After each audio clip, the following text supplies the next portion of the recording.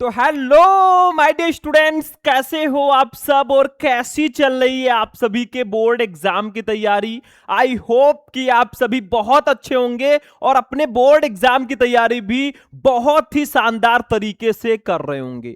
आपकी तैयारी को और भी शानदार बनाने के लिए और आपके हिंदी में 10 नंबर बिल्कुल फिक्स कराने के लिए आज मैं आपके लिए लेकर आया हूं क्लास 12 हिंदी का एक मोस्ट इंपॉर्टेंट क्लास। बहुत सारे हमारे स्टूडेंट कमेंट कर रहे थे, सर जी आप क्लास 12 हिंदी के जितने भी इंपॉर्टेंट साहित्यिक परिचय है ना, जो 10 नंबर के आते हैं, 5 नंबर लेखकों का और 5 नंबर कवियों का, सारे साहित्यिक परिचय एक ही वीडियो में बताइए और वो साहित्यिक परिचय बताइए जो हमारे बोर्ड एग्जाम में लगातार पूछे जाते हैं।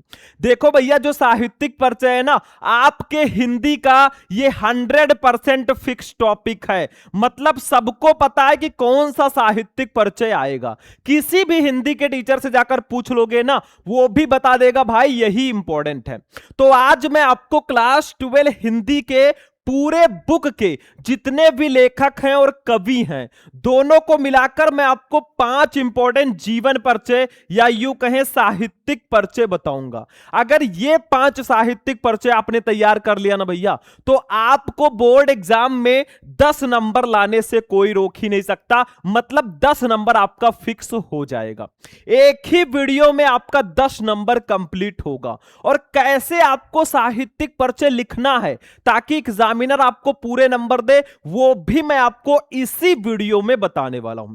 तो चलिए स्टार्ट करते हैं। आप लोग इस वीडियो को ज्यादा से ज्यादा लाइक कर देना और चैनल को भी सब्सक्राइब करके रखना ताकि आपको टाइम टाइम से वीडियो मिल सके।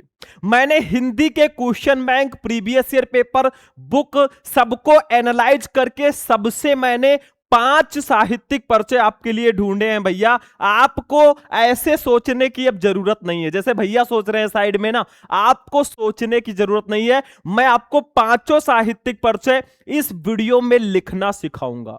ये क्लास भले ही लॉन्ग हो जाए, लेकिन कुछ बड़ा टारगेट अचीव करने के लिए ना कुछ बड़ी क्लासेस आपको देखनी होंगी।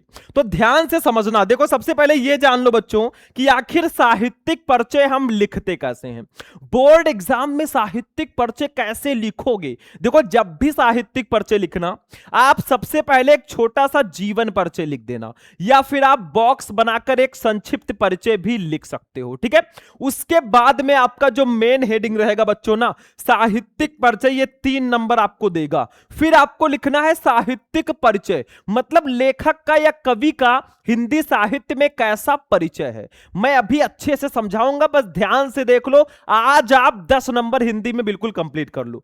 फिर हम लिखेंगे रचनाएं कैसे लिखेंगे, 2 नंबर इसके लिए मिलता है। मतलब 3 और 2 5 नंबर आपको मिलते हैं। एक अगर किसी लेखक का साहित्यिक परिचय लिखोगे और एक कवि का लिखोगे तो 5 उसका। ठीक है, तो ऐसे आपको कुछ लिखना है। अब चलिए हम एक एक लेखकों का भैया समझते हैं। पहले मैं आपको 2 जो सबसे इंपॉर्टेंट लेखक है ना, पहले मैं आपको उनका साहित्यिक परिचय लिखना सिखाऊंगा। फिर आपके जो 3 सबसे इंपॉर्टेंट कवि हैं, फिर मैं कवियों का साहित्यिक परिचय आपको लिखना सिखाऊंगा। आप लोग भैया ध्यान से बस क्लास को देख लेना, क्योंकि ऐसा इंपॉर्टेंट क्लास आपको बार बार नहीं मिलेगा, क्योंकि ये 100% फिक्स टॉपिक है। ठीक है, चलो भैया, तो सबसे पहले हम पढ़ते हैं हमारे हिंदी के सबसे फेमस लेखक, जो आपके बोर्ड एग्जाम में जिनका साहित्यिक परिचय बार बार आता है, वो है वासुदेव शरण अग्रवाल जी। ये भैया मोस्ट इंपॉर्टेंट है आपके बोर्ड एग्जाम के लिए। मतलब ये आपके बोर्ड एग्जाम में लगातार पूछे गए हैं। ये मैं नहीं कह रहा हूं, ये प्रीवियस ईयर पेपर्स कह रहे हैं भाई, मैंने देखा है, आप भी देख लीजिए। तो देखो, जब भी इनका साहित्यिक परिचय लिखोगे ना, पहले आप एक छोटा सा इनका जीवन परिचय लिख दो, या फिर आप बॉक्स बनाकर ना एक साहित्यिक परिचय लिख सकते हो। दोनों सेम ही है, क्योंकि उसमें भी हम यही चीजें लिखते हैं और जीवन परिचय में भी हम यही लिखते हैं। उसके बाद हम लिखेंगे बच्चों साहित्यिक परिचय, जो मेन हेडिंग होगा यहां तक। फिर हम लिखेंगे इनकी रचनाएं, देखो ऐसे। ठीक है, तो यहां से हम स्टार्ट करते हैं भैया। सबसे पहले हम जीवन परिचय लिख देंगे। फॉर्मेट समझ में आ गया ना? जितने भी लेखक या कवियों का हम साहित्यिक परिचय लिखेंगे ऐसे ही लिखेंगे। पहले जीवन परिचय, फिर साहित्यिक परिचय और फिर रचनाएं।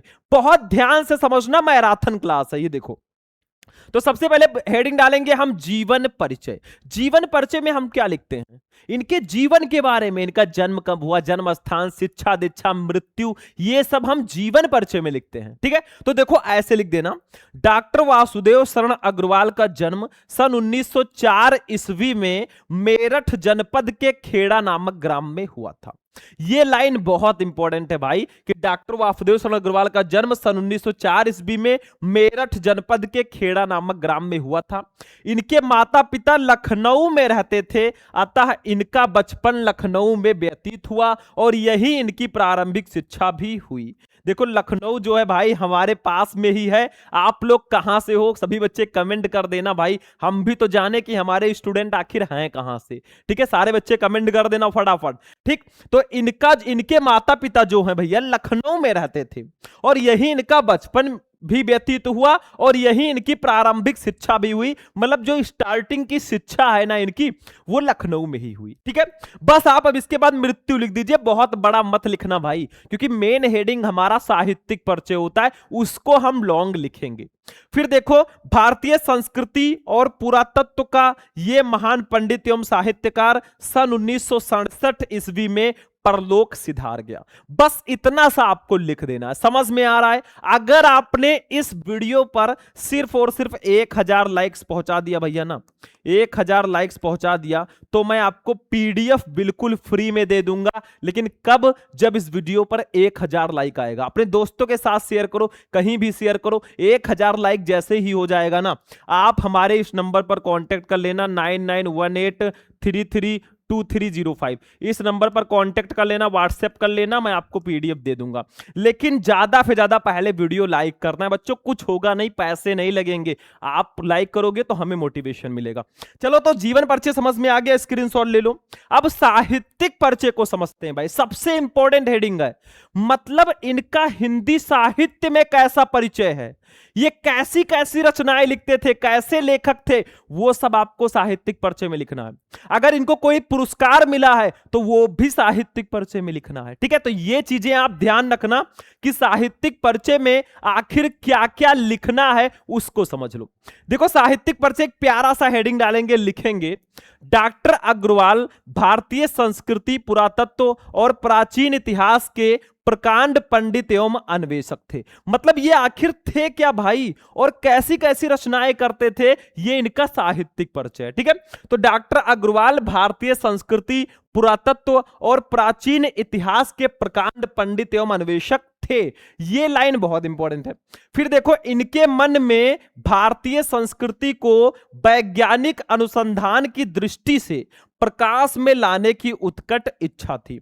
एक एक लाइन ध्यान से समझ लेना। ठीक है, अभी अगर आप पहला वाला अच्छे से समझ लोगे ना, तो बाकी जो है आपके लिए आसान हो जाएगा।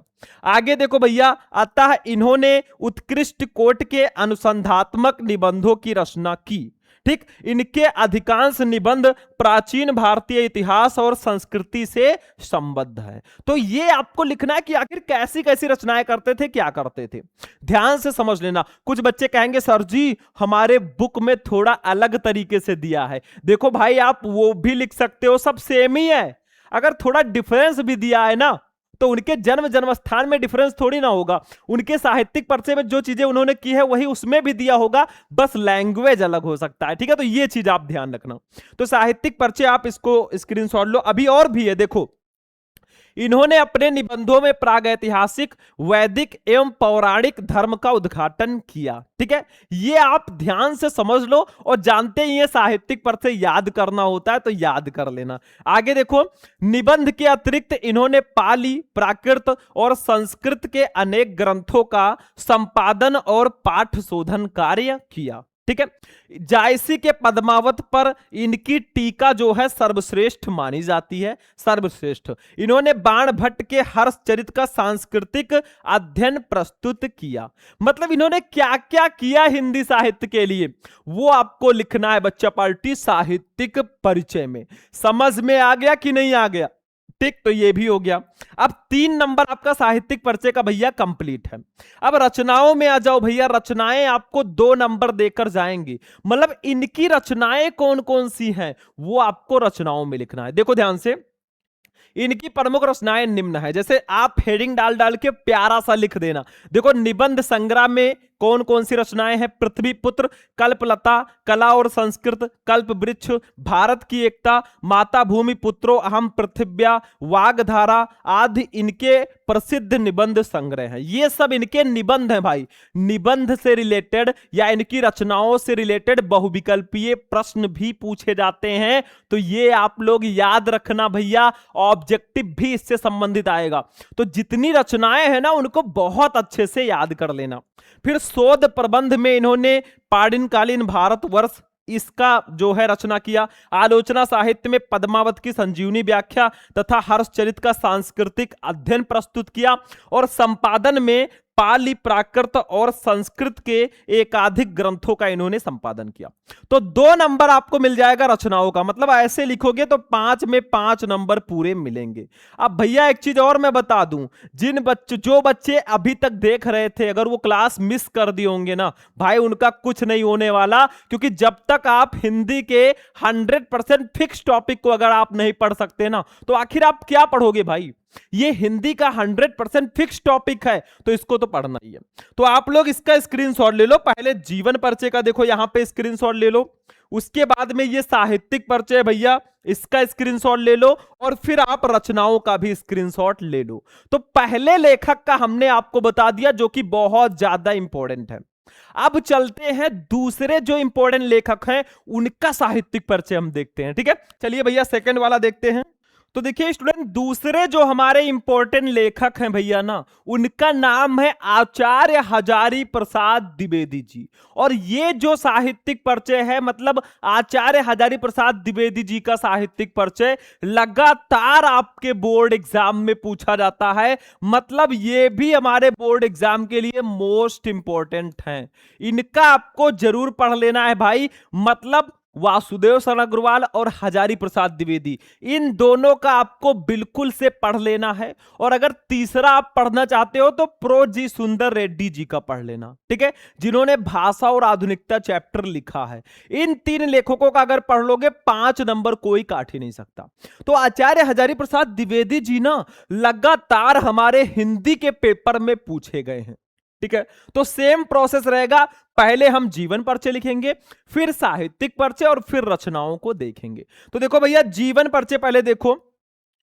हिंदी के श्रेष्ठ निबंधकार आचार्य हजारी प्रसाद द्विवेदी का जन्म सन 1907 ईस्वी में बलिया जिले के दूबे का छपरा नामक ग्राम में हुआ था। यह लाइन बहुत इंपॉर्टेंट है। मतलब हिंदी के श्रेष्ठ निबंधकार आचार्य हजारी प्रसाद द्विवेदी का जन्म सन 1907 ईस्वी में बलिया जिले के दूबे का छपरा नामक ग्राम में हुआ था। इनके पिता श्री अनमोल द्विवेदी ज्योतिष और संस्कृत के प्रकांड विद्वान थे।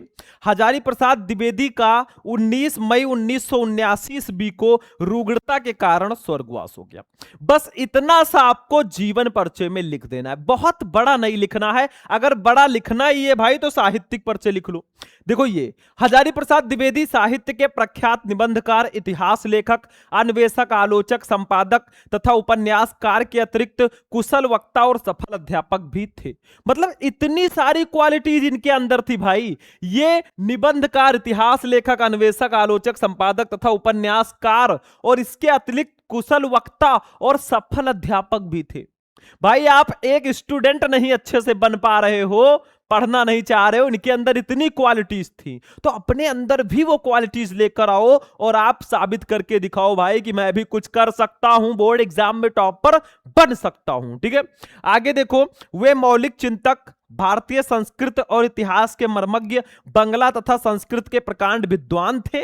इनके साहित्य पर संस्कृत भाषा, आचार्य रामचंद्र शुक्ल और रविंद्रनाथ ठाकुर का स्पष्ट प्रभाव है।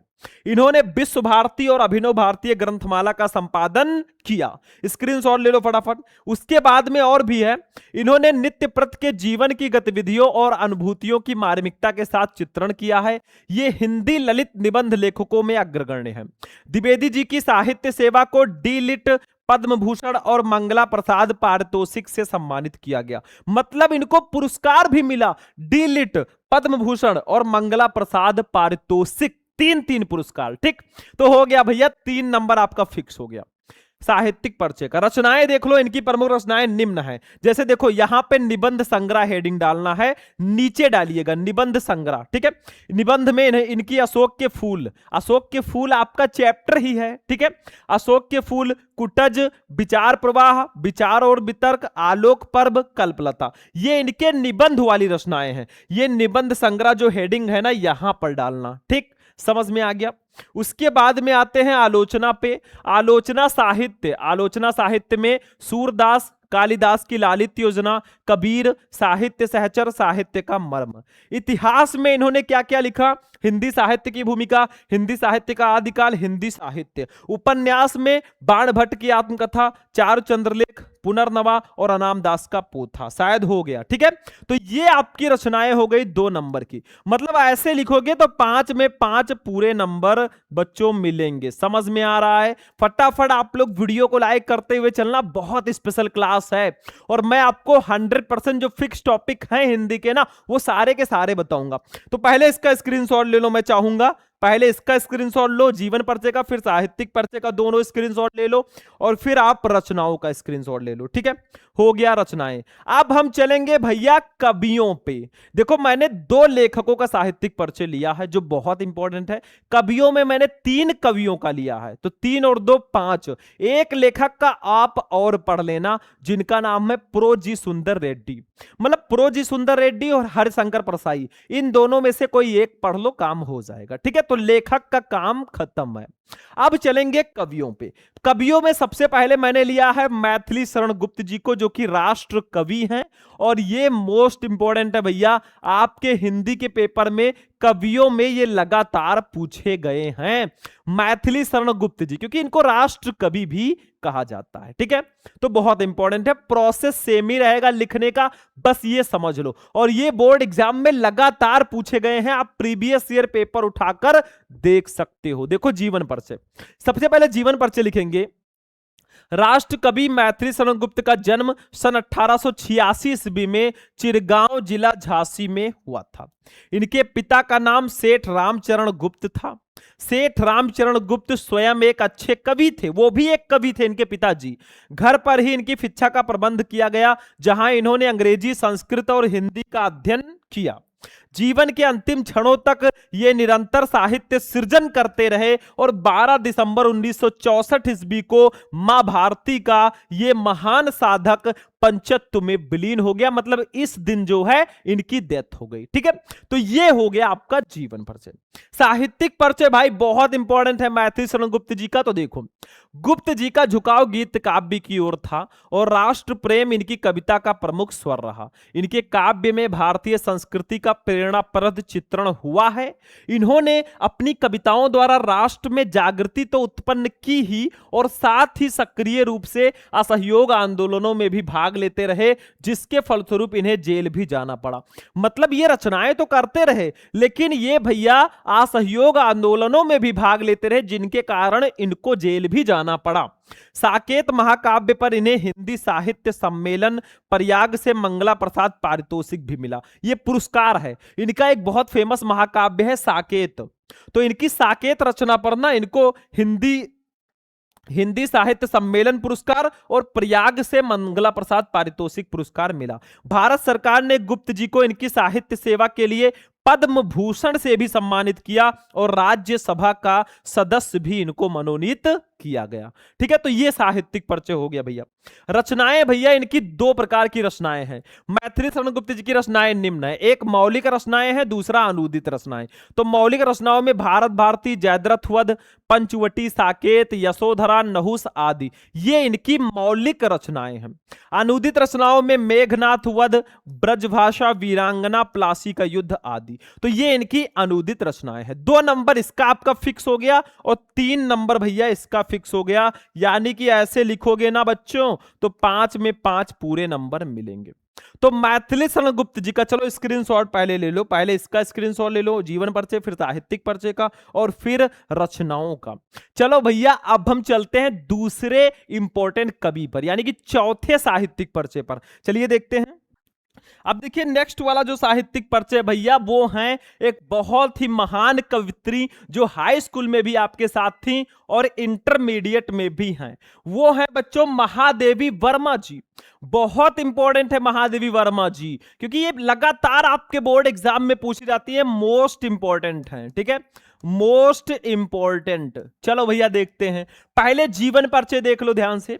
महादेवी वर्मा का जन्म फर्रुखाबाद के एक शिक्षित कायस्थ परिवार में सन 1907 ईस्वी में होलिका दहन के दिन हुआ था। होली से पहले जो आता है ना होलिका दहन, उसी दिन महादेवी वर्मा जी का जन्म हुआ था। इन्होंने एफए, बीए और एमए परीक्षाएं सम्मान सहित उत्तीर्ण की। मतलब एफए, एमए, बीए सब इन्होंने किया है भाई। और 11 सितंबर 1987 ईस्वी को इस महान लेखिका का स्वर्गवास हो गया। बस बाकी इनकी बहुत सारी कहानियां हाई स्कूल में आपने पढ़ा होगा। इनके पति देव भी जी थे, ठीक है, उनसे इनका जो है अच्छा रिलेशन नहीं था, तो ये सारी चीजें हैं। चलो भाई स्क्रीनशॉट ले लो। अब चलते हैं साहित्यिक परिचय पर, बहुत इंपॉर्टेंट है भाई महादेवी वर्मा जी का साहित्यिक परिचय। देखो महादेवी वर्मा जी का प्रमुख रचना क्षेत्र काव्य है, मतलब ये ज्यादातर काव्य रचनाएं लिखती थी। इनकी गणना छायावादी कवियों की बृहद चतुष्टयी यानी कि प्रसाद, पंत, निराला और महादेवी में होती है। मतलब छायावादी युग के जो प्रमुख कवि हैं ना, 4 कवि हैं, जैसे जयशंकर प्रसाद जी, सुमित्रानंदन पंत जी, निराला, सूर्यकांत त्रिपाठी निराला जी और महादेवी वर्मा जी, 4 छायावादी युग के महत्वपूर्ण ये कवि और कवित्री हैं। ठीक है, उनमें इनकी गणना होती है। इनके काव्य में वेदना की प्रधानता है, मतलब थोड़ा सैडनेस है, वेदना की प्रधानता है। ठीक है, काव्य के अतिरिक्त इनकी बहुत सी श्रेष्ठ गद्य रचनाएं भी हैं। चांद पत्रिका का संपादन करके इन्होंने नारी को अपनी स्वतंत्रता और अधिकारों के प्रति सजग किया है। मतलब चांद पत्रिका का संपादन जो है महादेवी वर्मा जी ने किया और नारी को अपनी स्वतंत्रता और अधिकारों के प्रति सजग किया है। भारत के राष्ट्रपति से इन्होंने पद्म भूषण की उपाधि प्राप्त की। हिंदी साहित्य सम्मेलन की ओर से इन्हें सेक्सरिया पुरस्कार तथा मंगला प्रसाद पारितोषिक मिला। मई 1983 ईस्वी में भारत भारती तथा नवंबर 1983 ईस्वी में यामा पर ज्ञानपीठ पुरस्कार से इन्हें सम्मानित किया गया। मतलब कितने सारे पुरस्कार मिले इनको भाई, इसी से आप समझ जाओ कि ये कितनी महान कवित्री थी। देखो इनको क्या क्या मिला, पद्म भूषण मिला, सेक्सरिया पुरस्कार मिला, मंगला प्रसाद पारितोषिक मिला, भारत भारती और 1983 ईस्वी में ज्ञानपीठ पुरस्कार भी इनको मिला। ठीक है, तो इतने सारे पुरस्कार इनको मिले, इसका स्क्रीनशॉट ले लो। रचनाएं देख लो भैया, महादेवी वर्मा जी की रचनाएं निम्न है। जैसे काव्य में आप देखोगे तो निहार, रश्मि, नीरजा, सांदगीत, दीपशिखा, यामा आदि। निबंध संग्रह में अतीत के चलचित्र, स्मृत की तिलक, स्मृत की रेखाएं, श्रृंखला की कड़ियां आदि। आलोचनात्मक ग्रंथ में हिंदी का विवेचनात्मक गद्य। मतलब ये हेडिंग डाल डाल के लिखना। देखो आप काव्य हेडिंग डालना नीचे, तब निहार, रश्मि, नीरजा, सांदगीत, दीपशिखा, यामा लिख देना। निबंध संग्रह उसके नीचे हेडिंग डालना, फिर उसमें अतीत के चलचित्र, स्मृत की रेखाएं, श्रृंखला की कड़ियां लिख देना। फिर नीचे हेडिंग डालना आलोचना साहित्य, आलोचनात्मक ग्रंथ में हिंदी का विवेचनात्मक गद्य। बस ठीक है, इसको हेडिंग को आपको नीचे ऐसे लाइन से डाल के लिख देना है। 2 नंबर इसका फिक्स, मतलब ऐसे करके आओगे तो 5 में 5 पूरे नंबर आपको मिलेंगे। देखो स्क्रीनशॉट ले लो, पहले इसका ले लो, फिर इसका ले लो और फिर इनका स्क्रीनशॉट ले लो। ठीक है, अब चलते अपने लास्ट वाले कवि पर, जिनका नाम है रामधारी सिंह दिनकर जी। बहुत इंपॉर्टेंट कवि है, हमारे राष्ट्र के प्रति इन्होंने बहुत सी रचनाएं की हैं। तो रामधारी सिंह दिनकर जी भी बहुत इंपॉर्टेंट है। तो मैं 3-4 साहित्यिक परिचय आपको कहूंगा, कवियों में याद कर लेना। मैथिली शरण गुप्त, महादेवी वर्मा, रामधारी सिंह दिनकर, और आप याद कर लेना जयशंकर प्रसाद जी का, या तो याद कर लेना, या तो सुमित्रानंदन पंत जी का याद कर लेना। ठीक है, 4 आप याद कर लेना, मतलब 3 मैं बता ही दे रहा हूं, महादेवी वर्मा, और उसके बाद में कौन है आपके जो अभी बताया, मैथिली शरण गुप्त, ये 2 हो गए, रामधारी सिंह दिनकर 3, और एक सुमित्रानंदन पंत का याद कर लेना। बस 4 याद कर लो, 5 नंबर फिक्स है। तो रामधारी सिंह दिनकर देखो जीवन परिचय। श्री रामधारी सिंह दिनकर का जन्म 30 सितंबर 1908 ईस्वी को जिला मुंगेर, बिहार के सिमरिया नामक ग्राम में हुआ था। इनके पिता का नाम श्री रवि सिंह और माता का नाम श्रीमती मनरूप देवी था। इनकी प्रारंभिक शिक्षा गांव की पाठशाला में ही हुई और इनका स्वर्गवास 24 अप्रैल 1974 ईस्वी को मद्रास, चेन्नई में हुआ। बस हो गया भैया जीवन परिचय। साहित्यिक परिचय पे आ जाओ। दिनकर जी की सबसे प्रमुख विशेषता उनकी परिवर्तनकारी सोच रही है। मतलब जो उनकी परिवर्तनकारी सोच है ना, वो इनकी प्रमुख विशेषता है। उनकी कविता का उद्भव छायावाद युग में हुआ और वो प्रगतिवाद, प्रयोगवाद, नई कविता आदि युगों से होकर गुजरी। इस दीर्घ काल में जो आरंभ से अंत तक उनके काव्य में रही, वो है उनका राष्ट्रीय स्वर। दिनकर जी राष्ट्रीय भावनाओं के ओजस्वी गायक रहे हैं। इन्होंने देशानुराग की भावना से ओतप्रोत, पीड़ितों के प्रति सहानुभूति की भावना से परिपूर्ण तथा क्रांति की भावना जगाने वाली रचनाएं की हैं। 3 नंबर आपका फिक्स हो गया भैया, नोट कर लो। रचनाएं देख लो भैया, दिनकर जी की रचनाएं निम्न है।